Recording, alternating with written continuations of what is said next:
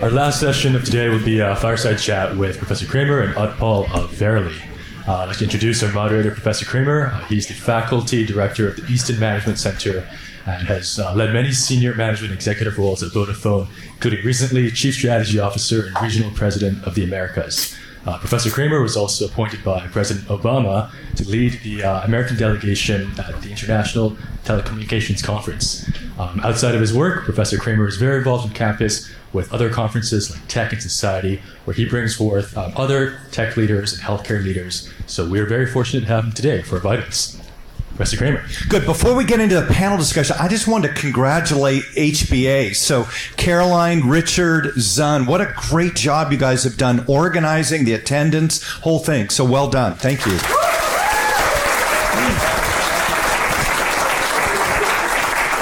So it is my pleasure to have a conversation with Utpal here, who is from a company that is a Google moonshot company. So originally kind of Google X and some of the big bets that they're placing. So Utpal's the chief financial officer there. They're very much focused on precision medicine, which we're going to hear about in a lot more detail. He also has a variety of senior finance roles at companies including Atara Biotherapeutics, Gilead, and Amgen. And interestingly, his academic background, bachelor's in aerospace engineering from the University of Maryland, master's in aeronautical and astronautical engineering from Stanford, and then an MBA from Anderson. So fascinating academic background, which we'll get into in a minute here.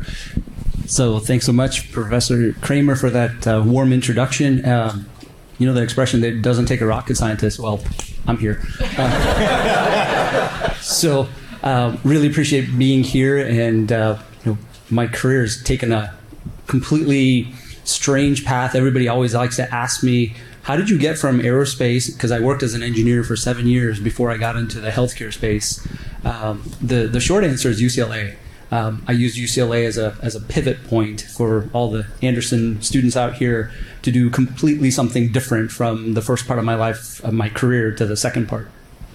Wonderful. So your background is, to me, I always kind of say, who is this person in front of me and what is their kind of intersection point? Your background is kind of this intersection between life sciences, software, and finance. Is that a fair, first of all, characterization? Yeah, it's a lot of different things. It's the software thing is probably the lightest one because I've only been doing it for the last year or so. At Verily, before that, it was 20 plus years in biopharm, so a lot on the biopharm clinical space just as a finance person. And finance is my craft, so you can't just do the numbers. You have to understand what the business is. So you spend a lot of time trying to learn what the business is. Mm-hmm. Excellent. So tell us now about Verily. Tell us about the mission of the organization, kind of getting out there in the future, and then tell us about today and what's going on there. Yeah, so Verily started back in 2015 as a so-called moonshot of the X Factory. So a quick maybe rundown of what the X Factory is. Google has a lot of money, and they're trying to find the next big thing. So they did search, they did mobile, lots of good things, and they keep thinking, okay, how do we deploy this? Do we go buy something? Do we go develop something? And instead of having a whole bunch of little startups, you've heard of venture arms, they created a factory to go do this. Really, really smart people trying crazy things. I had a chance to actually tour it last week.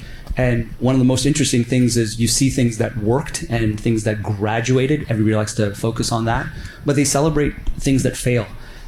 They even like to have a kill the idea party, and they put it on the bet ofrenda, as they put it, and they all take a shot of tequila when you say, okay, we tried, it didn't work, we learned something.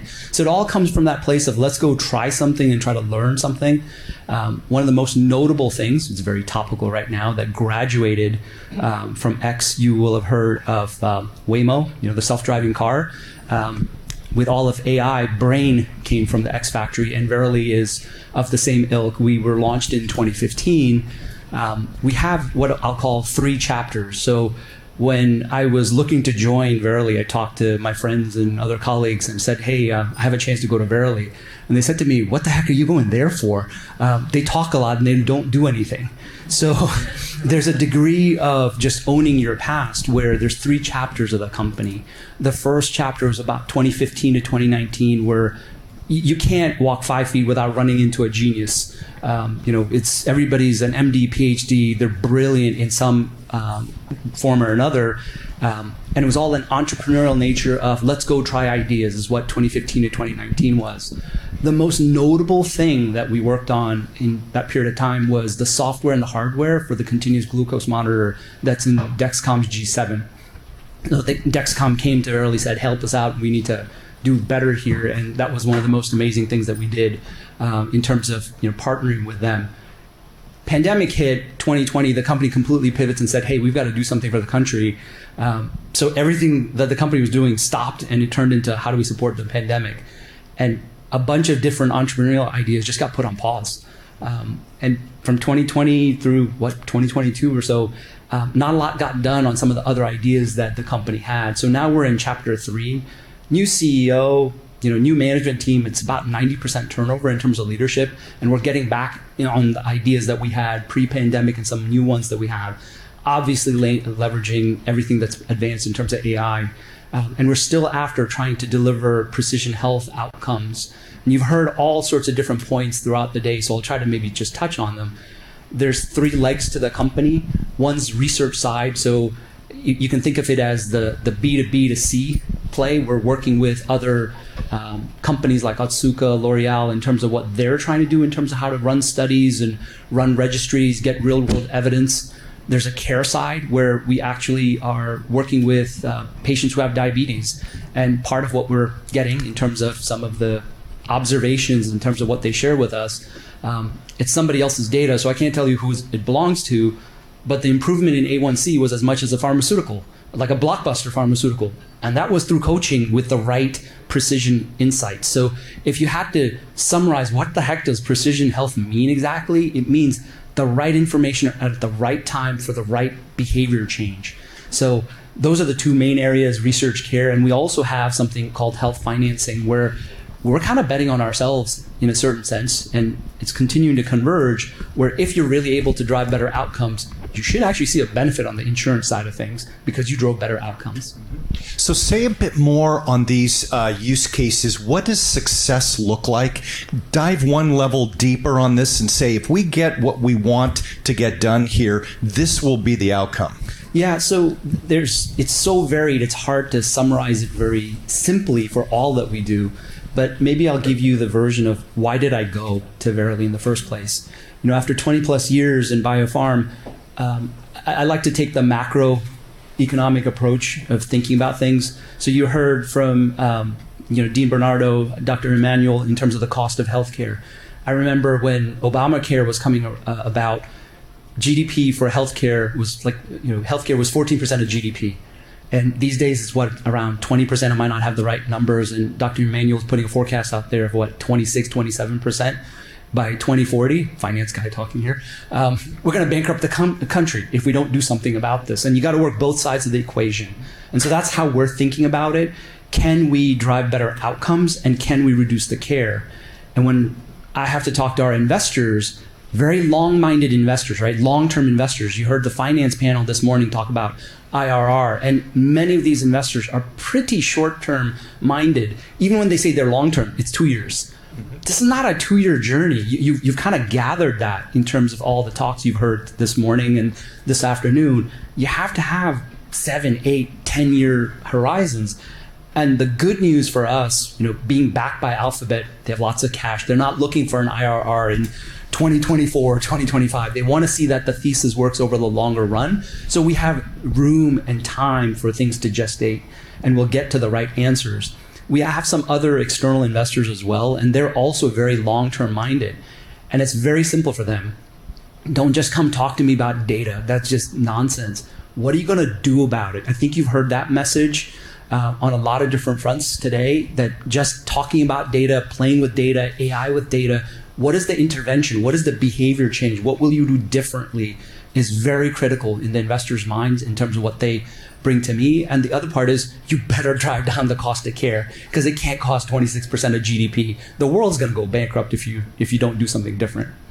So how fair would it be to say that a lot of the capabilities that we see in tech today, companies like Google, broadly, it could be Amazon, et cetera, reliance on data, scale-oriented effects, ability to drive up diagnostic or predictive accuracy, what we would call big bang disruption, better performance at lower cost. Are those analogous in what you're seeing at Verily? Yeah, it's a double-edged sword. So the potential here is fantastic. The limitations are fantastic. There's just a lot of limitations. And the first one that I would maybe point us towards is just the quality of the data. You know, if your data is not very good, your AI is terrible. And you've heard from many people that you want me to use this thing?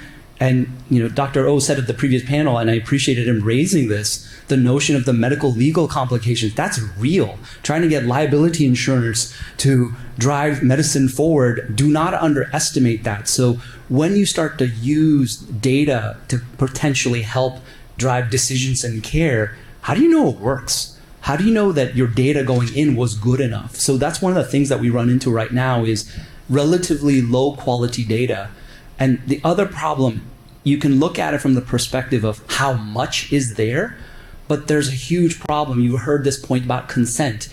This data can't talk to that data, can't talk to the other data because you're not allowed to. They didn't consent to it. And so you've got to dig through that, and you can't just say, you know, there's just a lot of it. And if they didn't give you consent, even though you might have an algorithm that could tell you something really cool, you can't use it. So those are real limitations and will be barriers that need to be overcome. And what's possible, unless we can get that freedom to operate, we're not sure what's possible. So we see the good and the limitations at the same time. It's not one without the other is the way I describe it. So go through in more detail, because it's always an interesting exercise with tech. You know, people always say it's way out in the future, blah, blah, blah. The issue is always interesting. Generally, technology-based innovation happens. The variable issue is how quickly it happens. And so your ability to kind of say, I think this is a couple years from now versus 20 years from now is important. So if you look at the enablers, what are the things that have to kind of line up to say these things are going to be now? What would they be? It's quantity and quality of data. Yeah. But what are the other things? So it's the quality piece. You know, there's a lot of quantity, but we just need a lot more quality data, is what I would tell you. The second piece is this notion, you heard about the pulse oximeter story a couple of times, right? This idea of health equity and getting data from all different kinds of people is really important. And that's something that Verily is pushing on quite a bit, that says underrepresented communities, you can look at that from a race perspective, a geography perspective, a gender perspective. That's a real problem in terms of how you feed data into these various models. So that's something that needs to be solved. The governance point in terms of consent, in terms of can you use the data? You heard the example of, hey, you can track me on how I drive, but I don't want you to know where I am. That's a really tricky problem that needs to be solved. So, you know, that's another piece that needs to be solved. And the reason to do this is because I don't remember who it was. I think it was on the consumer health panel where I think it was Corinne, if I remember correctly. She was talking about the conversation between physician and patient. How many times does the patient say exactly what actually happened? How many drinks did you have last week? Do you maybe underestimate that just a little bit? Is that good for your care when you do that? So there's things that you can get in terms of how you monitor that data. You've heard this remote patient monitoring. All these things have to converge. Is it possible? Absolutely. I think it's going to be a sliding scale of how much we get done. It's going to be, I think, some little fits and starts in the short run. Less than 3 years is my prediction on it. And we know predictions are wrong, as the keynote this morning. But I think we'll see something pretty meaningful by the end of the decade. And beyond that, we can continue to build on it, because the things we're missing right now are legislative. That's a really big deal. I keep coming back to the liability piece, the law part of it, where I've lost count of how many different states have AI regulation in their state houses. It's like 44 of the 50 states have some sort of legislation out there that we want to regulate what your AI is going to do, and then apply it to healthcare, which is obviously very, very sensitive for everybody. That has to be navigated before I think we fully get the reach the potential. So what about what will be in the future? I think we're seeing in some industries now the collision of the needs of the individual against the needs of society. So several of the panelists in the previous session said, in healthcare, you have to get it right. Well, it reminds me of autonomous vehicles, which is a very difficult thing. And from Waymo, if you look at the performance rate, even with accidents in autonomous vehicles, Cruise, Waymo, et cetera, it is still beating human driving in terms of reducing accidents. You look at cars today, there's 40,000 deaths in the U.S. today. At what point does society, legislators, and others say, you know what, I understand the need of the individual here, but we have a system that is pricing people out of the market. On average, we're not getting good healthcare outcomes, and at some point we need to press the limits here on what we're going to get done. Do you see that happening, or this is not in our lifetime? I think it happens, because if the country starts to face bankruptcy, if you think about it, you look at this percentage GDP that healthcare represents, if that just keeps going up unchecked, necessity's mother of invention. We have to do something about it. Why do we keep on paying more and more and more, and the outcomes aren't better? That's the macro question to ask, and that has to be answered. Mm-hmm. The element of the automation, we use the word AI and automation interchangeably, and we shouldn't.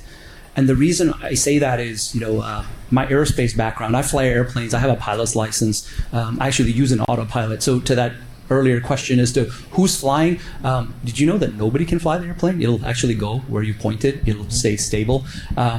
So why do you use autopilots? It was something that was created to help, not replace. You heard the ego point earlier, that, hey, it's trying to replace me. I'm not as good as a pilot. Like, no. You get better outcomes when the routine is done by something else. So you, the human, which actually has really high processing capability, can do the non-routine. That's the segmentation line that we should be looking at. And so when we can start to define what's routine and not routine, that's the highest and best use for the human. That's not replacing the person. You're never going to replace the person. And the non-routine, it's always going to be there. And I think that's where we've got to frame that up. The narrative, the branding, however you want to think about it, there's so much of open AI, like, hey, you can just write a letter for me. It reads my thoughts. Okay, that's really cool. But when you start to take it to somewhere else, which is healthcare or self-driving cars or whatever else, it's kind of scary, right? Excellent. Let me ask you, you alluded to a couple of minutes ago what it takes to win, and you said you need a lot of capital in this business, you need to have a risk appetite, etc. Is it fair to make a conclusion that there's going to be disproportionate innovation market share by large tech companies? And I'm thinking of two of them. One is Google, the other one is Amazon. We just had the head of Amazon Clinic here for our Tech and Society conference, and it started to sound the same way. Are they going to be the ones that really allow us to see the discontinuities and improvements in healthcare? Yeah, so there's a size element to this, which is absolutely right, Professor Kramer. I would 100% agree with you. It may not be Google, it may not be Amazon. If you think about it a different way, who gets over the barrier of the data rights issue, the whole idea of consent? Whoever can crack that will actually be the winner. Mm-hmm. So it could be a mid-sized company, it could be a startup company, because they found a better model to get the consent, to get the data to talk. There's scale that we're talking about here. You should bet on Google company, Amazon company, other big tech companies to be able to crack that first. But while I am part of the family here, Google, evil empire, what are you doing with my data? That's not a good thing to have out there. And same sort of thing in terms of I feel like Amazon's following me around. That's not a good message out there either. So the idea of comfort that I'm giving you the information, it's going to be used for good versus some other nefarious needs, I think it's really important. And probably the big tech companies, or it could be somebody else. Okay, and with our students, the student age that are data-centric compared to like my age, et cetera, is that story going to change? That they're going to say, you know what, the equation between me sharing my data and what I get back is a pretty good equation. I'm willing to share more of my data. Do you think that'll be one of the big variables here? Yeah, I may not understand the population as well as I should, because I did graduate in 2001, and I may be closer to your point of view in terms of sharing my information versus not sharing my information. I think the element here that we need to think about is how nervous am I really in terms of what you're going to use that information for, and that's everybody's own dynamic. I think at the end of the day, when you can start to get calm enough and reassured enough that yes, it was all fine for, 5 years, 10 years, and you didn't somehow sneak out and there wasn't a hack or something else came out and nothing bad happened to me, there is a generational element that you're talking about that I absolutely believe that it will be different. Because my kids grew up with everything was always shared. And I look at them and go, what are you doing? This makes no sense. So there's something there you have to accept in terms of how human beings change for better outcomes. And I think the power is still in, if you can really deliver, not the promise, but actually deliver the better outcomes, why wouldn't you do it? Because we've done that all our lives across all kinds of different technology. Let me ask you one other macro question here. I can't resist these. Will China be a catalyst for us? Large domestic market, a population willing to use data and try services out, a role of government that looks at the value to society on a collective basis more potentially than an individual basis. Will they eclipse the U.S. and that will be a catalyst to more activity here? Yeah, so I will take your China question and raise you. There are other healthcare systems around the world that do better than the U.S. That's how I'm going to come at it. If you look at France and Germany, I had a chance to be in Europe for a few years, and one of the things that I really appreciated is they actually do get better outcomes and they do pay less. And it's not just by paying less for drugs. There's just more integration end to end that's driving the better outcome. So as you set that up for China, yes, 1.4 billion people, so kind of got to get it right. Otherwise, that country's going to be bankrupt. So yes, I think there's a degree of spurring action here. It's just the question of when does the U.S. wake up to the notion of, hey, we can't keep doing it this way. We've got to do something a little bit different, maybe even a lot different to get to the better value to outcome ratio in terms of where we get to. Good. So now let's get to the more specific stuff, and this will bring you back to your Anderson days. You've got to prioritize what areas of innovation you want to focus on. What areas would you, if you look across all the different areas, we heard some at the beginning of the day that were kind of operational technology, scheduling appointments and this and that, and I'm sure there's some sort of value chain that says diagnostics is probably one of the most value add areas. How do you look at what areas you would focus on? Yes, I'm very biased in this, maybe confirmation bias here. After working 20 odd years in the biopharm space, I took a macro view and said, when you work in biopharma, the IP that's associated with it, you're out of the 8 billion people on Earth, you're probably having an impact on about 1 billion to 1.5 billion people. That's the US, that's Europe, that's the developed markets of Asia, Canada, Australia, that sort of thing. And when you look at it, you go, wow, there's like 6+ billion people that don't have access to care. They don't have access to these drugs. They don't have access to these medicines. And as I was learning about China, for example, you get it 20 years from now when it goes off patent. And some things that are hard to make, like biologics or cell therapy, good luck, you're never getting it. And somehow or another, deep down, for me personally, it never sat right. And I looked at the promise of what precision health is in terms of using this information in a democratic way, in a specific way for a person. It has the potential to impact 8 billion people. Everybody can get it. It doesn't matter where you live. And the idea that this right information at the right time, I think we heard the example of, just anesthesia, right? You're all getting the same. That doesn't, you got the point from the previous talk. That doesn't feel right at all, not on any level. But there's so much more of that either could be with physician or just could be with ourselves at home, where when you start to look at where could you go, you have to believe, just again, using the macro logic here, that you can probably help yourself more than you think. And that's where I end up, where it's not necessarily consumer health in and of itself, but if you were told, like the CGM example that you heard, what is it, 100 million either diabetics, type 1, type 2 diabetics or pre-diabetics, that's 1 in 3 almost in the country. That's crazy. and all the metabolic problems you get from it. Tell me what to do differently. To me, I think that's the area that's ready for explosion. It's not just the GLP-1, but tell me, don't eat that. Eat this instead. And the timing of it, and all the other pieces that you heard in terms of sequencing. To me, that's the shorter term win. Like in the next 2 to 3 odd years, as you were asking as to what has the potential to really move the needle. If you could take agency over your healthcare and say, I can improve outcomes by myself, there's something very empowering about that. Good. Let me ask you a last question before I do my so whats, and then we'll see if we have time for questions. Fast forward for us 10, 15 years from now. Give us what the future should look like and likely to look like. How will healthcare actually look differently? Who will be the players? How will our lives as patients change? All of that. Yeah, I don't know whether I can give you the vision, but I'll give you my wish, right? So I think you've heard a microcosm where you go in to see your doctor and they're looking at your chart. Really smart people, doctors are, when they look at your chart. They pick it up really, really fast. But they didn't get everything. They didn't ask me this question. Where do I tell them about this?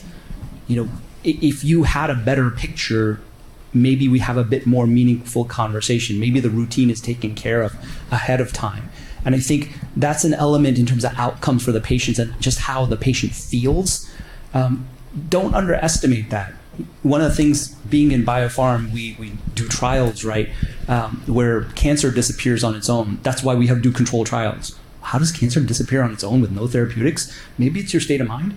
Maybe it's how you came out of the doctor's office feeling like, yeah, they understand. I want you to go do this, and you believe it's going to work, and something else happens, which was just you as the intervention. There's not a control for that. I think that better experience where you're walking around 10 years from now, 20 years from now, 30 years from now saying, yeah, we've got this under control, and there's other walks of life where we do feel good that this is under control. That's what I think the vision can be and should be. That's a long hill to climb, but it's a worthwhile hill to climb. The rewards would be high. Okay, I got 3 takeaways, and we'll see if we have questions or not from the audience. And the opportunity for you is to upgrade the takeaways, okay? The first one is, there a fair number of items that are analogous in general tech to what we're talking about today in healthcare. The role of data, the power of customization and personalization, the opportunity to improve performance while cost goes down, that many of those principles that we see in general tech apply here. Second point is that there are a variety of enablers that allow this to happen. Certainly quantity of data, but you're saying more it's the quality of data that's really the frontier here. And then the third area is, at some point there's going to be a notable discontinuity in what are the areas of innovation. And that discontinuity is going to be driven at a societal level about the attitudes of the benefit of a larger society against individuals, which may have been holding things up. It's going to have a younger kind of patient population that will have different attitudes, and you'll have maturity of well-capitalized, risk-oriented companies. And at some point, we're going to see whole different models. Yeah, I think you nailed them. I think there's the main element that I would highlight in everything that you said and everything you've heard today. It's all the rage. It's the shiny object. I remember when I was at Anderson, 1990 to 2001. If you had a .com address, that was going to solve everything. And you know how silly that sounds. So fast forward 20 years from now and look back. You did something with AI. Like, give me a break. You looked at data and you put it in some model. It didn't tell you anything. So you need something that's going to actually be meaningful, but it is the right place to look. It is the pivot, because think about late 90s in terms of before the internet. What did we do? We had big fat books that we looked around, we called people on phones, all this sort of thing. And you just look at the advancement that we've had in the last 20 plus years. I think what AI represents in terms of these learning models and how they could be used in automation, it's the same level of quantum leap that we just went over in the last 25 odd years. Yeah, makes sense. Son, do we have time for questions? You're looking like an expectant father. I wish I was. Are you an expectant father? Very soon. No. We got 10 minutes for questions from the audience. Okay, excellent. What questions do we have? Pass this mic around. Okay. This is recorded. That was a great line. Anyone have any questions? Yeah. Right here. Could you go into a little more depth about what you described what Verily did with Dexcom, and whatever you can share about exactly how that relationship started, how it benefited, obviously, your company, and why you developed it as opposed to them? Yeah, so it was before my time, but my understanding of it was the technology they had, they wanted to improve the sensor technology, so there's a hardware piece to that. And not only that, at the end of the day, heart of hearts, Google and everything else that's coming out of Google is somehow software related. So it's the interplay between that we were able to actually improve the fidelity of the performance of what's now G7. That's what the ask was versus their G6 product, what they have, and what their G7 is now. That's what I understand that we were able to do for them. Also relate to their Google's experience in the cloud and data also? I don't know how much it was specifically related to that. You know, there's, I'll give you an example. We do something called a retinal camera. We call it Stargazer. And the way it works, it takes a picture of your retina for diabetic retinopathy. And when it was explained to me, I had it done, and we went through it, and it's like, well, how does this work anyway? You know, you take a picture, and it took what, like a, fraction of a second. Apparently in the fraction of a second, it took, I don't know how many hundreds of pictures. And you have the Pixel phone. I have a Pixel phone. That's my work phone. And I have an iPhone. I have both. And yes, the Pixel does take better pictures. I tried them side by side. And the reason is there's an algorithm that's running that's comparing to see which one's better. It's not necessarily the cloud. It's that algorithm.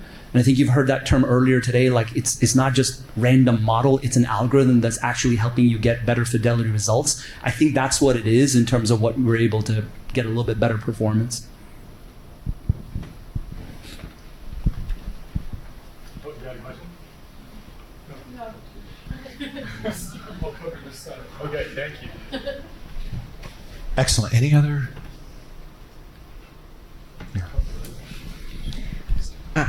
So you talked a lot about how important it is for different data sources, like types of data from different places to connect with each other, talk with each other, and that's really the key to making the data useful. Given the fact things are progressing these days with data localization laws, for example, GDPR in Europe, right, where every organization or every country or every geographical entity want to keep control of their data and basically keep it as if it is like kind of a electronic gold, for example, so to speak. How does this tension between making the desire to make the data useful on one hand, but not really being able to do that, while actually the tendency on the other hand is to make it less connected and less useful, will play out, in your opinion, in the near future? Yeah, so that's it is the very real problem that we face day in, day out, and you may be seeing in other walks of life that you're seeing as well, other companies, other situations, other governments. GDPR is a perfect example. When somebody comes back, and this happened somewhat recently, like, take my data out of your model. And we had to have that conversation, like, how does that happen? I had to go learn, how does that happen? Those are the laws. You have to follow them. I mean, it's not optional. It's not, oh, they won't notice. So you absolutely have to do it. The notion of why they wanted their data excluded, what you can do about it, the implications about it, that's a policy conversation that needs to be had. And remember what I said about where we are is we're a B2B2C. So we're working with another company that is trying to collect the data, so they're delivering the insights and they're delivering better outcomes for their either customers or patients or what have you. And so when somebody says that, we have to go back to them like, well, this is what happened. You how do you feel about it? It's like, well, of course you have to follow the law. On a scale level, we haven't run into that in a meaningful way where so many people have said, hey, I gave it to you, give it back. Usually they just don't participate. So that's generally how we're seeing it. And it's going to be effectively how much penetration you can get. Can you get enough quality data? Is it diverse and representative enough so that you can actually deliver meaningful insights from it? Because you can go looking for an insight and it may not be there. We think that just turn the AI algorithm loose and it's going to tell you something. It may not tell you anything because there's nothing there, but you have to have enough to go try.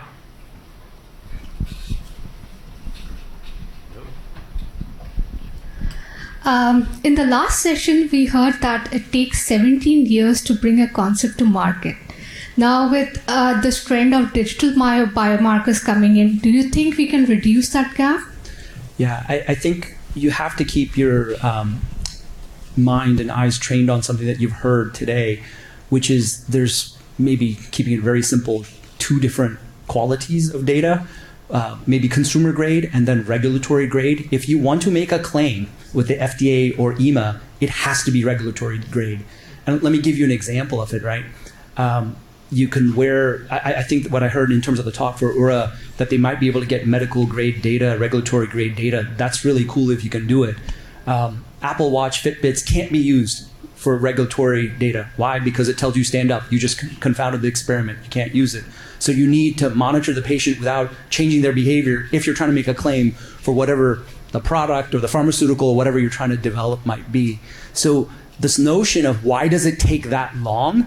For regulated products, it's going to take that long because you need to prove the evidence that your device, your intervention, your software, whatever it might be, actually has gone through all the paces. You know, you've heard from the previous panel in terms of it's not just accidental in terms of all the writings that go on here in terms of the medical devices that you use. That is a lot of hard work. And at the end of the day, those are there for safety of the patients.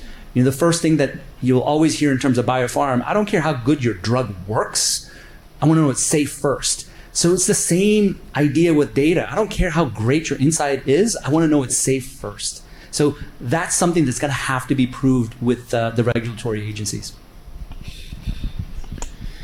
All right, we have time for one more. Good. So if there isn't one more, then can I pose it? Of course. Okay. I think especially for our students, one of my messages here is in our students' lifetime, they're going to see what you're talking about. And whether it's on the patient side receiving it or working from leaders that are innovating, et cetera, this is in their lifetime.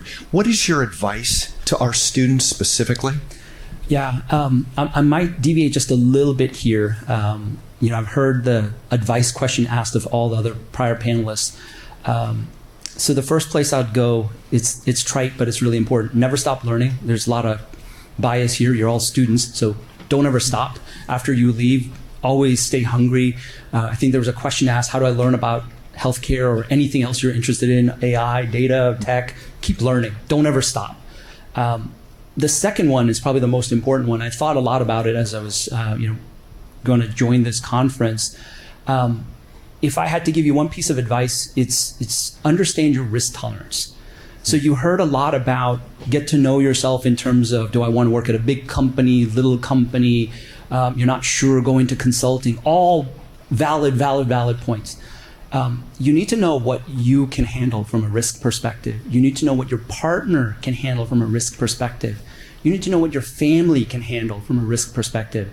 I've been very privileged. I've worked at very big companies, very little companies, well-capitalized company, not well-capitalized company, all ends of the spectrum. And the one observation I have from it, and that's where this advice is coming from, I see a lot of unhappy people. And the reason they're unhappy, as I got down to the bottom of it, is this place is way riskier than I thought. Holy crap, I'm not sure whether this is going to work. If it doesn't work, I'm going to lose my job. If I lose my job, how do I, pay for the mortgage? How do I send my kids to college? And people are unhappy. And you should not do that to yourself, to your partner, to your family. So understand that. And there might be some dissonance that you have where on one end of the spectrum, you love the outcome if the risk pays off, but you might not have the stomach to go through that risk. So get to know yourself. Sounds crazy, but we don't always know ourselves. Work on yourself and get to know yourself and see what you can really handle, because you shouldn't feel like, oh my God, I'm tolerating it. There are those like, this is awesome. I don't know what's going to happen tomorrow. I love it. That's great. That's what you want to be. And you deserve that. Your family deserves that. Excellent. Paul, let me just say thank you for all of the insights, all the way from technology to personal advice. Congratulations on your career and what your colleagues are doing at Verily. Thank you very much. Thank you.